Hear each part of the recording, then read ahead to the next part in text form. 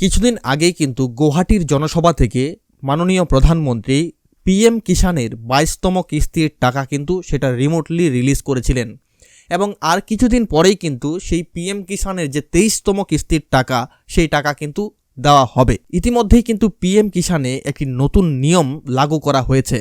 তো আপনারা এই কাজগুলো যদি না করেন তাহলে কিন্তু পিএম কিষাণের যে 23তম কিস্তির টাকা সেটা কিন্তু পাবেন না। তো সেই বিষয়গুলোই আজকের এই ভিডিওতে আপনাদের সামনে তুলে ধরবো এবং আশা করছি ভিডিওটির সঙ্গে প্রথম থেকে শেষ অবধি অবশ্যই থাকবেন এবং ভিডিওটিকে লাইক করবেন এবং শেয়ার করে অন্যকে দেখার সুযোগ করে দেবেন। তো চলুন ভিডিওর যে আলোচনা সেটা আমরা শুরু করি।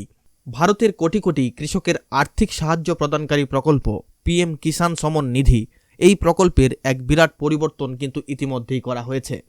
উল্লেখ্য, পিএম কিষাণ সম্মান নিধি প্রকল্পের 22তম কিস্তির টাকা প্রধানমন্ত্রী গুয়াহাটির জনসভা থেকে রিমোটলি রিলিজ করেছিলেন।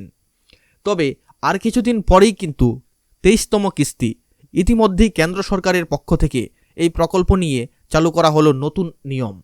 পরের কিস্তির টাকা সেটা পেতে কৃষকদের কিন্তু কিছু কাজ অবশ্যই করতে হবে।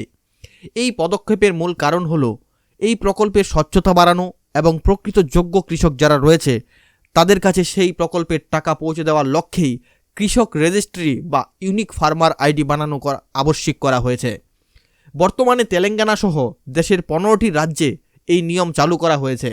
তবে ধীরে ধীরে এই নিয়ম কিন্তু সারা দেশেই চালু করা হতে পারে এবং এও জানা গেছে এই নিবন্ধীকরণ না হলে পরবর্তী 23তম যে কিস্তির টাকা সেটা কিন্তু কৃষকদের অ্যাকাউন্টে নাও পেতে পারে, বন্ধ হয়ে যেতে পারে সেই আর্থিক সাহায্য।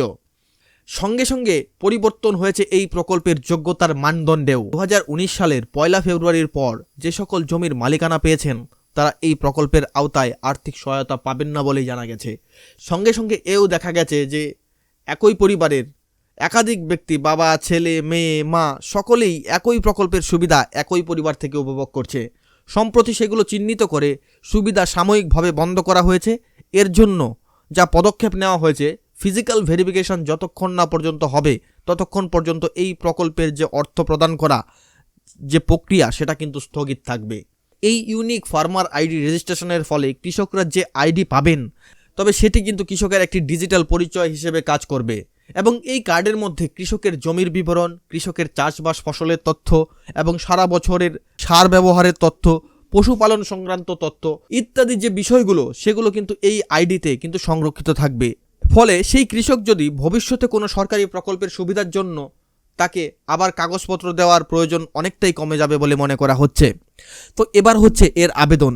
যেহেতু এখনও আমাদের রাজ্যে এই সিস্টেমটি লাগু হয়নি, দেশের কয়েকটি রাজ্যে লাগু হয়েছে, তো যখন আমাদের রাজ্যে এই সিস্টেমটি লাগু হবে তখন কিন্তু সেটা আপনাদেরকে আমি ভিডিওর মাধ্যমে জানিয়ে দেব। অবশ্যই চ্যানেলটির সঙ্গে থাকবেন, আমাদের চ্যানেলটিকে সাবস্ক্রাইব করবেন এবং আমাদের ভিডিওগুলোকে বেশি বেশি করে সাপোর্ট করবেন। ধন্যবাদ প্রথম থেকে শেষ অবধি ভিডিওটির সঙ্গে থাকার জন্য।